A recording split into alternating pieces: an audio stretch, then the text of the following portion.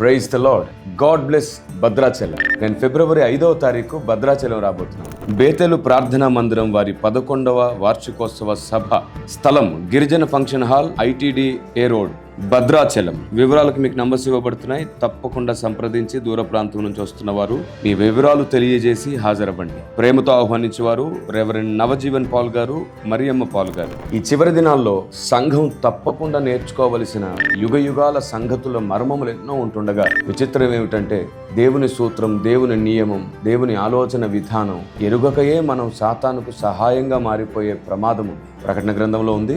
వాడి సింహాసనం దగ్గర దేవుని ప్రజలు కాపురం ఉంటున్నారు అనే ఆ మాట ఎంత విపరీతం. వాడి తంత్రం ఏమిటో తెలియనంత వరకు మనం కూర్చున్న కొమ్మను మనమే నరుక్కున్నంత బలహీన స్థితిలో బుద్ధి లేని సంఘం తయారయ్యే ప్రమాదం ఉంది. ఏమిటా ప్రమాదాలు, ఏమిటా సాతాను తంత్రములు, అసలు దేవుని వ్యూహం ఏమిటి, పరలోక చట్టం ఏమిటి, భక్తి సాధన అంటే ఏమిటి, ఎంతవరకు భక్తి సాధన చెయ్యాలి, మనం భక్తి యొక్క శక్తిని పొందడం అంటే ఏమిటి, రండి నేర్చుకుందాం. మీ అందరి కోసం దేవుని ఆలోచన విధానాలను మోసుకొని వస్తున్నాను. సమయానికి హాజరవ్వండి. And may God bless you.